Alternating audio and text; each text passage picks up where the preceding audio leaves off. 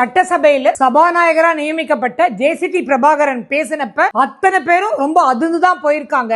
அவ்வளோ தெளிவா உருக்கமா இதுக்கு முன்னாடி இருந்த சபாநாயகர்கள் யாராவது பேசிருப்பாங்களா அப்படின்னு எல்லாருமே ஒரு நிமிஷம் அவங்க மனசை தொட்டு பாத்துக்கிட்டாங்க. இவர் இன்னொரு புரட்சி தலைவர்னு சொன்ன ஜேசிடி பிரபாகர் தளபதியையும் புரட்சியையும் சேர்த்து புரட்சி தளபதி அப்படின்னு புது பெயரையே வச்சுட்டாரு. அண்ணாவையும் எம்ஜிஆரையும் முடிஞ்ச அளவுக்கு இழுத்து கொண்டு வந்து விஜய் பெயரோட டேக் பண்ணி விட்டுட்டாரு. எனக்கு ஒரு பொண்ணு இருந்தா நிச்சயம் நான் ஜேசிடி பிரபாகருக்கு தான் கொடுப்பேன் அப்படின்னு எம்ஜிஆர் சொன்னதா சபாநாயகர் சொன்னது ஒரு புது தகவல். மிக சின்ன வயசுலேயே எம்ஜிஆர் அவர்களால் கண்டுபிடிக்கப்பட்டு ஜெயலலிதாவுடைய அன்புக்குரியவரா இருந்து இன்னி வரைக்கும் கரைபடியாம இருக்காரு அப்படிங்கிறது எல்லாருமே தெரிஞ்சுக்க வேண்டிய ஒரு தகவல். அதிமுக எம்எல்ஏகளை உடைக்கிறதுல முழு முனைப்பா இருக்க சி.வி. சண்முகத்தை நேர்ல போய் பார்த்து அங்க இருக்க மிச்ச எம்எல்ஏங்களும் கூட போய் பார்த்துட்டு வந்திருக்காரு. அவங்க எல்லாம் ஊழல் கேஸ்ல போனவங்க தானே, அவங்களோட போய் விஜய் அவர்கள் கை கொடுத்திருக்காங்க.